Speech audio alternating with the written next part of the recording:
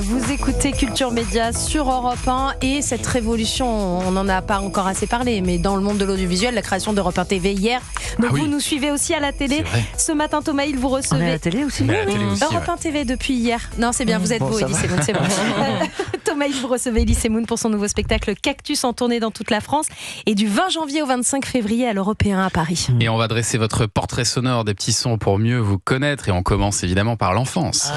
Adieu, monsieur le professeur, on ne vous oubliera jamais. Alors vous, c'est pas un professeur, mais une professeure qui a marqué votre scolarité, Elise Moon.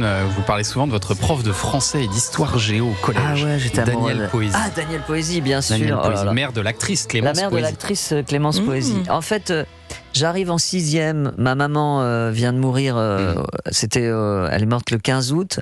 Elle était prof de français aussi. Donc j'ai fait un...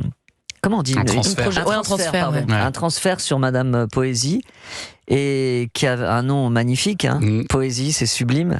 Et elle m'a suivi de la 6e jusqu'à la 4e, et j'étais amoureux d'elle, quoi. Amoureux d'elle. Ah ouais, vraiment. Elle m'a appris plein de choses. Vous l'avez revue ? Oui, je l'ai revue. Parfois, je lui téléphone. Et je suis ravi de... Elle avait un look un peu baba cool. Elle avait des tuniques rouges, etc. Ouais, non, c'était marrant. Mais elle était géniale. Je crois que vous adoriez l'école, vous. Oui, j'adorais l'école. Je ne sais pas si vous disiez ça pour du cobu ou... Non. non, mais oui, j'adorais l'école parce que c'était un endroit où je pouvais... D'abord, je tombais amoureux chaque semaine.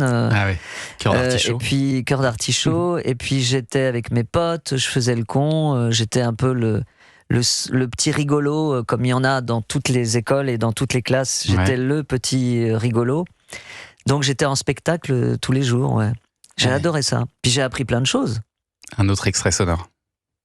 Dans son vieux par-dessus râpé, il s'en allait l'hiver, l'été, dans le petit matin frileux.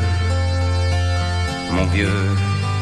En 2020, Elise Moon, vous réalisez un documentaire, Mon vieux, sur votre papa qui était atteint de la maladie d'Alzheimer. Il est mort en 2020. C'est un film qui est disponible d'ailleurs toujours sur l'application Canal+, que je recommande à nos auditeurs. Desjardins, qui tenait la caméra. Et oui, beaucoup de succès pour ce film. Et beaucoup de questions, encore une fois. Je me suis dit, merde, je vais quand même parler de moi, de mon père. Qui ça va intéresser ? Je trouvais que c'était une démarche très impudique. Et finalement, il s'est avéré que c'est devenu presque universel, et que je refuse presque toutes les semaines des débats. Il y a la projection du documentaire avec des débats. J'en ai fait un il n'y a pas longtemps, il y avait 300 personnes, et ces gens-là sont des aidants, des gens qui sont pas atteints de la maladie, parce que c'est un peu compliqué, mais en tout cas les familles autour, et c'est un documentaire qui parle beaucoup aux gens qui sont non pas atteints de cette maladie, mais en tout cas qui fréquentent, qui accompagnent. Et il y a un sketch d'ailleurs dans votre spectacle qui se termine avec un extrait de votre documentaire. Oui, on entend. En fait, je raconte aux gens, je leur dis, voilà, dans la vie, il y a 2 moments difficiles. C'est quand vous déposez votre enfant à la crèche et quand vous déposez votre père à l'EHPAD. Et là, je fais, papa, je me suis renseigné, c'est le meilleur EHPAD de la région, ça s'appelle Mon Beau Sapin. Et à partir de là, je déroule. Est-ce qu'il était drôle, votre papa ? Oui. Est-ce que c'est lui qui vous a transmis un peu le sens de l'humour ? Oui, beaucoup. Ouais, très, très, très drôle. Il était un personnage en lui, en soi, et avec cet accent d'Afrique du Nord, puisqu'il est né au Maroc. Il était né au Maroc, à Taza. Et oui, il était truculent. Il était charmeur, dragueur. Plein de fantaisie, c'était fou. Mais d'ailleurs, l'idée du documentaire a commencé comme ça, c'est que je le filmais, je mettais des extraits de lui sur Instagram, et à chaque fois, c'est comme s'il avait le sens de la chute. Chaque séquence se finissait d'une manière tellement drôle. Et mes potes m'ont dit, il faut que tu fasses quelque chose avec ton père, parce qu'il est vraiment...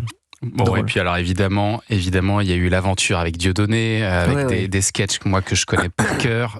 Je crois que mon préféré, c'est celui des 2 potes qui font croire à leur femme qu'ils partent pour un week-end de pêche. Un extrait, juste une petite minute de bonheur. Écoutez ça. Bon, Nicole, rigole, comme tu le sais, ce week-end avec Pierrot, c'est pêche. Là, j'ai mis ma veste à crevettes, là. Voilà, j'entends Pierrot qui arrive. Ça va, Pierrot? Ça va, ma poule? Ouais, ta gueule. Ça te va comme ça? Hein? Eh ben ouais, mon vieux, elles sont dans la bagnole. Bien, super. Deux jeunes filles. Ouais, l'âge. Alors, une 16 ans, 16 ans, l'autre 15 ans. Bien. C'est les Portugais. Bien, t'as pris les fortes Ah poitrines. ouais, des melons d'Espagne. T'as tes capotes avec toi? Ouais, j'ai pris une boîte de 150. Je sais pas si ça va. C'était incroyable ce sketch. Et c'est magistral. On sent même à un moment que vous-même, vous avez du mal à ne pas rire pendant le sketch. Ah mais ouais, mais c'est fou. On était. Je vais pas dire que je regrette, mais quel dommage. Et on avait encore tellement de choses à faire. Oui. Et je me dis même, en le revoyant hier, je me disais ça doit être frustrant pour vous parfois de pas vous dire comme un chanteur qui peut reprendre ses vieux tubes. Je ferai plus ce sketch, quoi. Ouais, c'est dommage. C'est dommage parce que ils sont vieux, c'est vieux maintenant, hein. Ouais. Mais c'était intemporel. En fait, on avait pris un thème tellement classique de deux mecs qui vont tromper leur femme, mais on les avait Élie et Dieudonnétisés. Ouais, c'est ça, exactement. Et c'est marrant parce que au début, quand on a commencé avec Dieudo, on avait un humour très spécifique qui nous appartenait. Et on était à chaque fois, tous les soirs, étonnés que ça fasse rire d'autres gens que nous, que notre petit cercle. Vous avez vraiment inventé un truc. Pour le coup, vous n'avez pas imité. Non, pas du tout.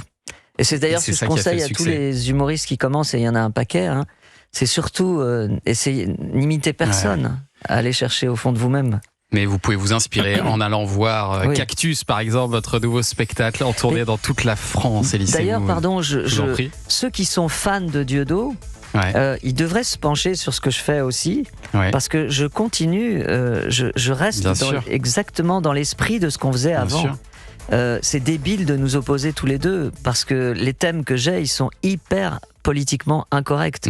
Ce qui est le cas de Dieudo. Bon, lui, après, il est allé... Il a pris un virage, Il a pris un petit virage. Mais au fond, c'est la même chose. On fait la même chose. Allez, on va parler série dans un instant. Je sais que vous aimez ça aussi.